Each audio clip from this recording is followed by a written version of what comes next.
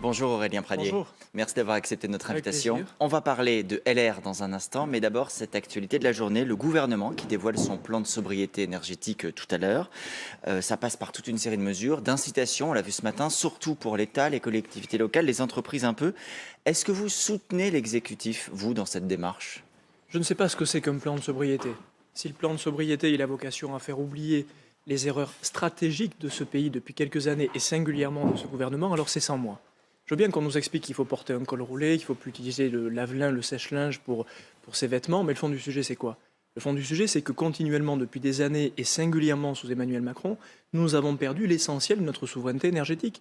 Je ne voudrais pas que tout ça soit une manière d'habiller la mariée et d'oublier au final que le vrai sujet, c'est comment nous relançons notamment nos centrales nucléaires. Mais c'est ce qu'a proposé Emmanuel Macron. Il dit on va construire 6 nouveaux réacteurs. Il a, pour le dire familièrement, sonné les cloches du patron d'EDF en disant la maintenance, c'est pas possible. Et il dit à très court terme, parce qu'il y a quand même un enjeu de très court terme, faisons tous des efforts et il incite. Mais nous sommes d'accord que c'est le même Emmanuel Macron qui a fermé la centrale nucléaire de Fessenheim. Oui, il Nous le sommes reconnaît. d'accord que c'est le même Emmanuel Macron qui a contribué à anéantir notre filière nucléaire, pas seulement la question des centrales, mais aussi la question aujourd'hui de tous les savoir-faire, de toutes les compétences. Où sont passés nos ingénieurs en matière nucléaire? Nous les avons perdus. Et vous vous rendez compte, nous parlons du grand pays, la France, qui, avec le général de Gaulle, avec Georges Pompidou, a toujours été leader en Des hommes matière de droite. nucléaire.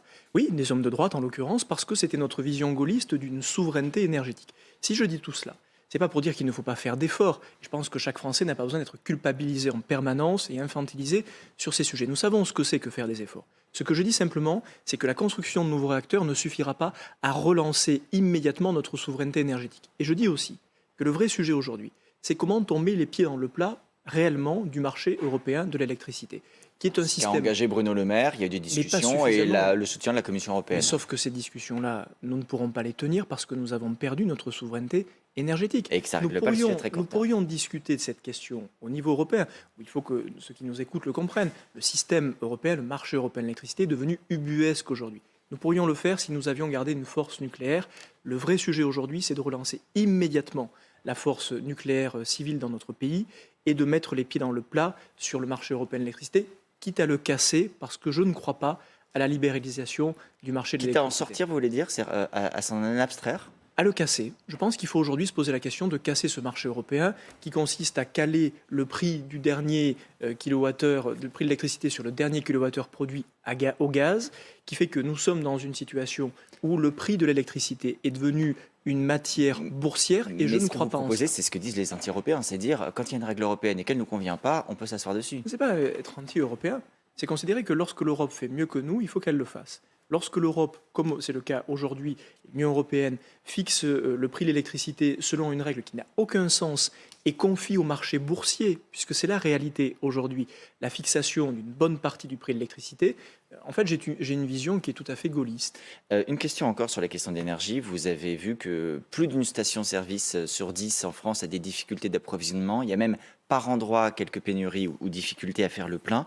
Là, votre conception gaulliste de l'État, c'est que c'est l'État qui doit intervenir dans ce cas-là ou que c'est le marché qui doit se réguler et les opérateurs, les distributeurs de carburant qui doivent faire en sorte que leurs stations soient approvisionnées.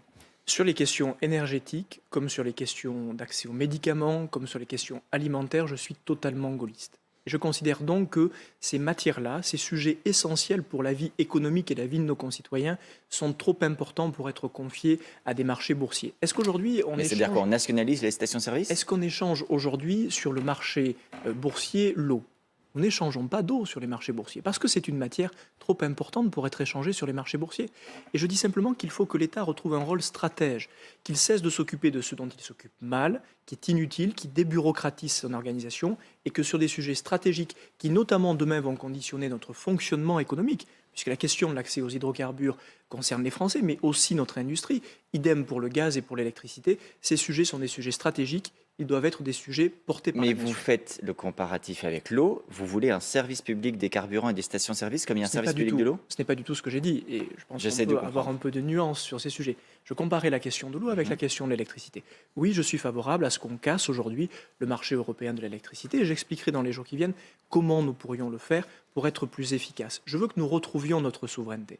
Et c'est absolument essentiel. Quant à la question des hydrocarbures, le sujet il est très différent puisqu'il est dans le cadre de négociations internationales Mhm. et qu'en la matière, ce n'est pas la première fois que nous aurons une pénurie d'hydrocarbures et que nous savons la gérer, notamment avec des stocks stratégiques. Je suis beaucoup moins inquiet sur ce sujet que je ne Que le sur suis sur la l'électricité. question de l'électricité. Alors, je le disais en introduction, vous êtes député de l'opposition.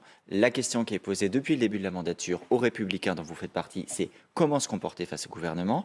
Est-ce que, par exemple, vous avez déjà, vous, décidé, vous voterez contre le budget? Est-ce que c'est un fait acquis? Le vote du budget, chacun peut le comprendre, c'est un vote absolument politique. Moi, je suis quelqu'un de simple. Je ne suis ni macroniste ni lepéniste. Et je souhaite tracer un chemin pour la droite républicaine, autonome et indépendant. Le vote du budget, ce n'est pas un vote technique, c'est un vote politique. Lorsqu'on vote le budget, on appartient à la majorité. Je n'appartiens pas à la majorité d'Emmanuel Macron et je n'ai pas vocation à y appartenir, donc je ne voterai pas le budget. Quel que soit son contenu. Quel que soit le contenu, sûrement, mais parce que je sais par avance, puisque nous avons déjà commencé à l'examiner, que le contenu qui laisse notamment filer les dépenses publiques n'est pas conforme au contenu que je souhaiterais. Mais surtout parce qu'un budget, c'est la traduction politique d'un projet. Le projet politique d'Emmanuel Macron n'est pas le mien. Sa vision de la société, sa vision du délitement de notre souveraineté, de l'irresponsabilité sur les dépenses publiques, ce n'est pas ma vision. Et cette vision macroniste, elle sera traduite dans ce budget. Je ne le voterai pas. Alors, venons-en à la question des retraites. C'est l'un des gros dossiers également de cette rentrée avec le budget. Vous avez, vous, déjà exprimé une position qui est différente de votre famille politique. Vous êtes contre le report de l'âge légal de départ à la retraite. Il y a des concertations qui s'ouvrent avec les partenaires sociaux cet après-midi. Mais quelle solution vous voyez? Parce que ces mêmes partenaires sociaux, ils disent non aussi à l'allongement de la durée de cotisation. Ils ne veulent pas qu'on travaille plus. Qu'est-ce que vous feriez? Moi, je ne suis pas un syndicat, je suis un responsable politique. Et je suis un responsable politique qui respecte le travail et l'effort. Et lorsqu'on respecte le travail et l'effort, on ne peut pas dire à quelqu'un qui a commencé à travailler à 20 et quelques années qu'il va continuer à travailler jusqu'à 65 ans. C'est une hypocrisie. Rendez-vous compte que nous avons aujourd'hui dans notre pays un Français sur 10 qui termine sa carrière professionnelle en invalidité pendant au moins 9 ans. Ce qui veut dire qu'on fait peser par totale hypocrisie sur l'assurance maladie ce qui devrait relever du système de retraite. Je souhaite Après, dans les qu'on discussions, cesse- il y a l'amélioration de l'emploi des seniors. mais ça ne fait suffit partie du pas. sujet. Voilà des années que nous en parlons. Tout comme la pénibilité. Le système de pénibilité aujourd'hui ne fonctionne pas. C'est une usine à gaz absolue. Je souhaite donc que nous regardions principalement la durée de cotisation. Commencez à travailler tôt, vous finissez tôt. Vous commencez à travailler plus tard, vous Donc, terminez en fait, ce plus que vous voulez, c'est la réforme Touraine qui a été mise en place sous François Hollande, Ce qui n'est est pas de la dire qu'on réforme. allonge progressivement la Non, durée de ce n'est cotisation. pas la réforme Touraine. D'abord, la réforme Touraine, elle a un rythme qui, pour moi, n'est pas suffisamment accéléré. Je souhaite que nous travaillions plus longtemps. Donc vous voulez qu'on accélère la lorsque- réforme Touraine. Je n'ai rien à voir avec Mme Touraine. Je souhaite que nous portions une Et réforme c'était la durée de sur la, cotisation comme ce que vous sur la proposez. durée de cotisation. Mais vous verrez qu'on peut faire les choses très différemment. Je souhaite non seulement que l'on travaille plus, que l'on prenne en compte la durée de cotisation, ce qui est pour moi la solution la plus juste et financièrement la plus durable. J'aurai l'occasion de l'expliquer, parce que c'est une réforme que nous pouvons ajuster en fonction de l'espérance de vie, de la croissance progressivement dans le temps. Mais je souhaite aussi que nous soyons suffisamment courageux et lucides pour se dire que prolonger à 65 ans, c'est une absurdité aujourd'hui, que personne ne pourra véritablement le mettre en œuvre, et que la meilleure manière de croire au travail et à l'effort, c'est de continuer sur la durée de cotisation, d'accélérer le rythme et de mener cette réforme Et jusqu'à automatiquement combien régulièrement. la réforme Touraine? J'ai pas une obsession pour Marisol Touraine, mais c'est juste parce Moi que non c'est le plus, repère ça qu'on nous a fait un point aujourd'hui. commun. C'est de monter à 43 ans de cotisation pour les générations qui sont nées après 1973. Qu'est-ce que vous souhaitez? La durée de cotisation, ce n'est pas une idée que seule Mme Touraine a eue. La première réforme des retraites, c'était Édouard Balladur. Elle a été faite sur la durée de cotisation. Et la Seconde dernière, réforme, avec Nicolas Sarkozy, la c'était sur l'âge seconde- légal. La seconde réforme, elle a été faite par François Fillon, c'était sur la durée de cotisation. La première réforme Sarkozy sur ce sujet, elle a été faite sur la durée de cotisation. Ça veut donc bien dire que depuis de nombreuses années, on a su aussi faire travailler nos concitoyens davantage avec la durée de cotisation. Je ne veux pas que ce sujet devienne une espèce de totem politique. Mais il faudra bien quand Chacun même dire à un moment s'achèterait- combien d'années de cotisation. C'est ce que j'exprimerai, nous sommes en train d'y travailler. Je souhaite qu'on puisse revoir la durée de cotisation tous les 5 ans, parce que la durée de cotisation, elle doit être fonction de l'espérance de vie, de la croissance du pays, et puis pardon de vous dire aussi, de l'état de nos dépenses publiques. Ce dont nous parlons dans cette réforme des retraites, c'est pas tant de l'équilibre du système que d'autres enjeux absolument essentiels, qui sont notamment celui de l'assainissement de nos Et finances des marges publiques. budgétaires. Et parce que nous ne sommes pas assez capables et assez courageux pour faire les réformes structurelles dont nous avons besoin par ailleurs, on s'attaquerait aux futurs retraités. Je ne souhaite pas que ce soit le cas. Vous disiez tout à l'heure, et vous rappeliez, je suis dans l'opposition, donc je vote contre le budget. Est-ce que ça veut dire aussi, je suis dans l'opposition, donc s'il y a une motion de censure déposée par le Rassemblement national ou la France insoumise, vous voterez avec eux? Non, je n'ai rien à voir avec la France insoumise ou avec le Rassemblement national. Et je souhaite que dans notre période politique, on retrouve un peu de simplicité, un peu de clarté et d'authenticité. je ne suis pas macroniste, je ne suis pas lepéniste et je ne suis pas la France insoumise. Il n'y a aucune raison que pour faire un coup politique, j'aille mêler mes voix à celles de ceux qui n'ont pas le projet politique qui est le mien. Je ne vote pas le budget d'Emmanuel Macron parce que je ne suis pas dans sa majorité. Il n'y a aucune espèce de raison que je vote la motion de censure de la France insoumise parce que je n'ai pas vocation à faire de coalition avec eux. Et que LR en dépose une, en revanche, ce serait souhaitable? Toutes les hypothèses sont sur la table. L'idée, c'est pas de faire un blocage pour le plaisir de faire un blocage, c'est de se demander si politiquement il y a des sujets suffisamment puissants, suffisamment déterminants pour que nous disions cette fois-ci c'est non. Je ne sais pas si la motion de censure est la bonne solution. Je ne le crois pas en réalité. Ce que je veux, c'est que nous menions la bataille parlementaire pour les Françaises et les Français, parce qu'au-delà de tout ça, ce qui compte, c'est pas de savoir si on est dans la majorité ou dans l'opposition. Ce qui compte, c'est de savoir si on est fidèle à ses convictions, ce que je tâche d'être, et si on sert nos concitoyens et notre pays. Vous portez une cravate ce matin, c'est également le souhait d'Éric Ciotti dans l'hémicycle, l'un de vos collègues et concurrent pour la présidence des Républicains. Il trouve que les tenues vestimentaires se sont trop relâchées dans l'hémicycle, il fait allusion aux insoumis. Est-ce que vous partagez son combat? Est-ce qu'il faut réglementer davantage la tenue dans l'hémicycle? C'est pas seulement le combat d'Éric Ciotti, c'est le Non. combat y compris de présidents de l'Assemblée nationale qui n'étaient pas de ma famille politique durant des années. Oui, quand on a une responsabilité, celle de représenter ses concitoyens, on doit être digne de cette représentation. Moi, je ne porte pas une cravate par bonheur ou par plaisir, j'imagine que vous non plus. Simplement, lorsque nous le faisons, c'est parce que nous savons que nous représentons quelque chose d'un peu plus grand que nous, que la responsabilité qui est la nôtre, notamment dans l'hémicycle de l'Assemblée nationale, est une responsabilité qui nous dépasse un peu. Et oui, la tenue vestimentaire, dans l'hémicycle de l'Assemblée nationale, peut-être même comme à l'école, ça veut dire quelque chose de l'idée que l'on se fait de la discipline et des règles. Et moi, je crois aux règles dans une démocratie, dans une république.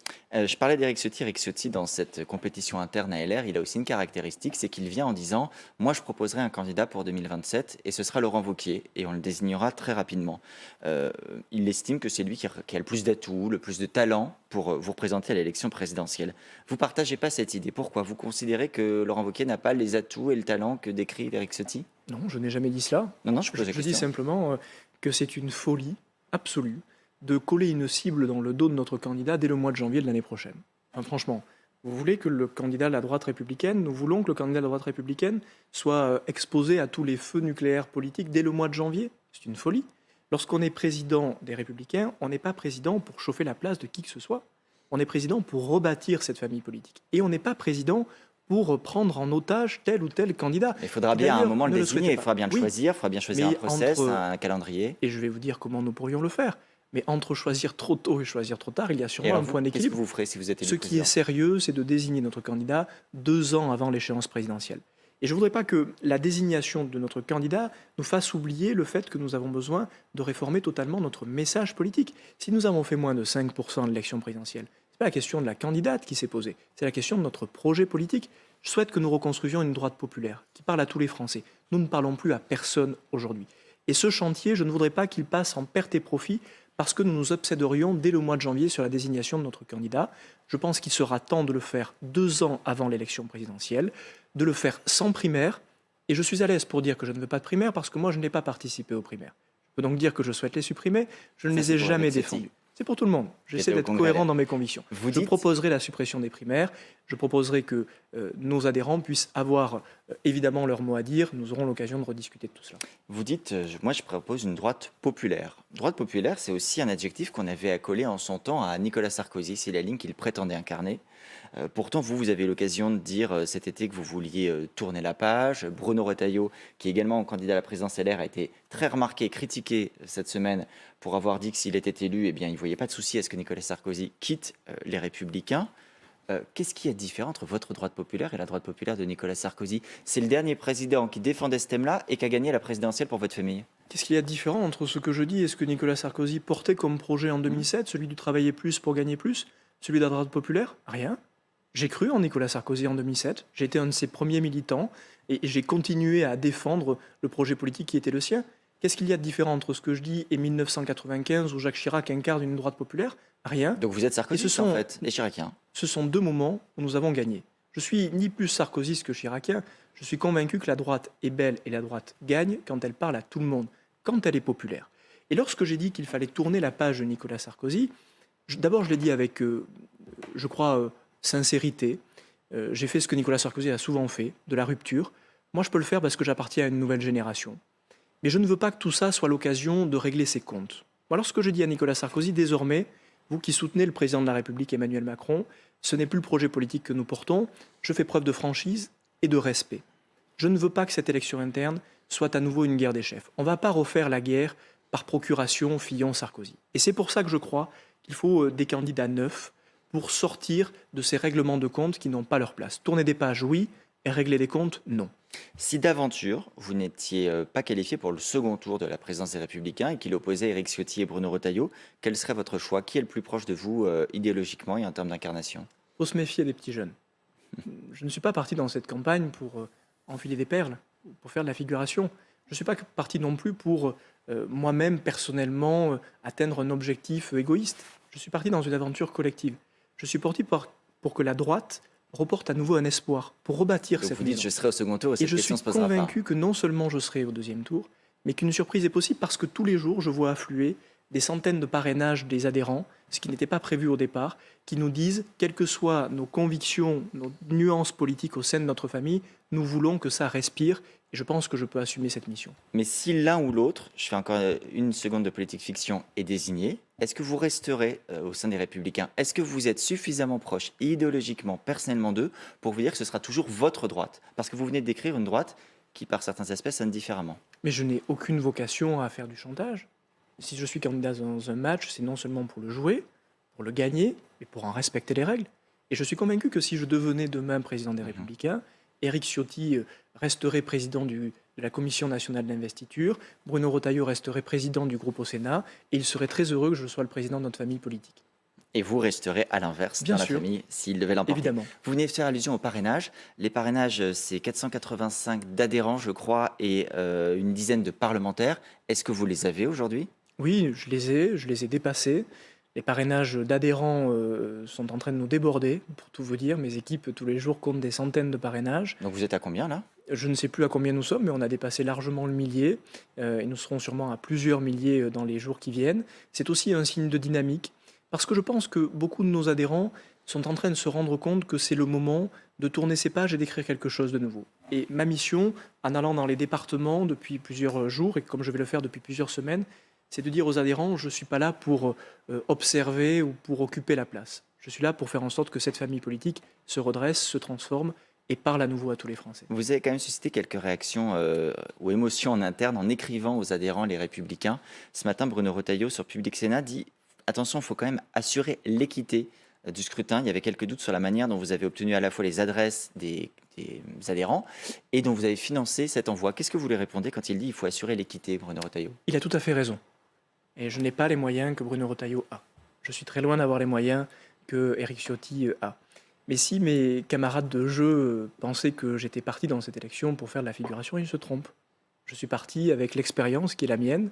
Et oui, j'ai écrit aux adhérents. C'est la moindre des choses quand on est candidat. Ce qui est curieux, c'est pas que j'ai fait l'effort d'écrire aux adhérents pour leur dire pourquoi j'étais candidat et ce que nous allions faire ensemble. Ce qui est curieux, c'est que les autres ne l'aient pas fait. Je respecte les adhérents, je continuerai à le faire. Et oui, je vais faire campagne. Et j'ai bien l'intention de le faire avec toute l'expérience qui est la mienne. Si vous êtes élu président des Républicains, est-ce qu'il y aura dans votre parti une cellule interne dédiée à la lutte contre les violences sexistes et sexuelles, comme c'est le cas dans d'autres partis? Il y a quelques jours, Éric Dupond-Moretti, lui, disait « Attention, on est en train de créer une justice de droit privé qui n'a strictement aucun sens ». Vous préférez la ligne création de cellules ou la ligne Dupond-Moretti? Je n'ai jamais été favorable à la création de ces cellules. La lutte contre les violences conjugales, c'est un de mes combats politiques. J'ai porté une loi à l'Assemblée nationale, votée à l'unanimité sur la généralisation du bracelet anti-rapprochement. Et je vais, dès la semaine prochaine, je vous l'annonce aujourd'hui, déposer une nouvelle proposition de loi pour la création d'une juridiction spécialisée, comme nous l'avons pour le juge des enfants, qui soit capable, à l'identique de l'Espagne, d'être saisie rapidement par les victimes, de traiter très vite les demandes. Ce qu'il faut, ce n'est pas créer des sous-justices ou des justices parallèles dans nos familles politiques qui ne marchent jamais, qui souvent d'ailleurs créent des déviances, et nous le voyons, qui font retarder les procédures. Ce qu'il faut, c'est que la justice puisse être saisie facilement, rapidement et tranchée vite. C'est la vocation de cette juridiction spécialisée. Voilà près de 6 ans qu'avec mes collègues, je la demande. Le gouvernement y était opposé. Et depuis quelques semaines, le gouvernement y semble favorable. Nous allons les mettre au pied du mur pour passer des paroles aux actes. Hier, un autre chef de parti, pour le coup pas de votre famille politique, Fabien Roussel du Parti communiste, disait à propos de l'affaire Adrien Quatennens que si lui, il avait dans ses effectifs un député qui était accusé de violence et qui avait en l'occurrence reconnu ces violences, Adrien Quatennens a reconnu avoir giflé sa femme, il considérait qu'il ne peut pas rester député.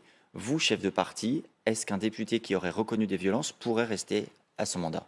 C'est un vrai sujet.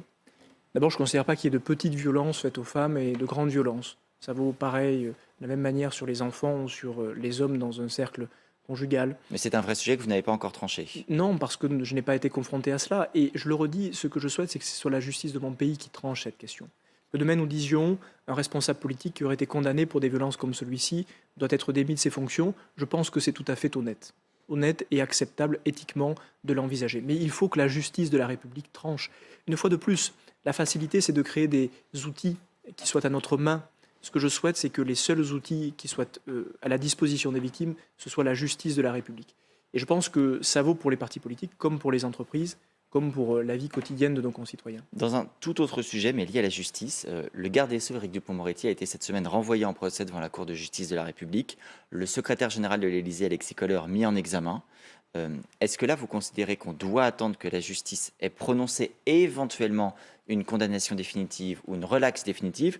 Ou est-ce que vous dites, non, quand on est à ces postes-là et qu'on est mis en examen ou renvoyé en procès, on s'en va, on démissionne? Je pense qu'il faut s'en aller lorsqu'on est à ces postes-là.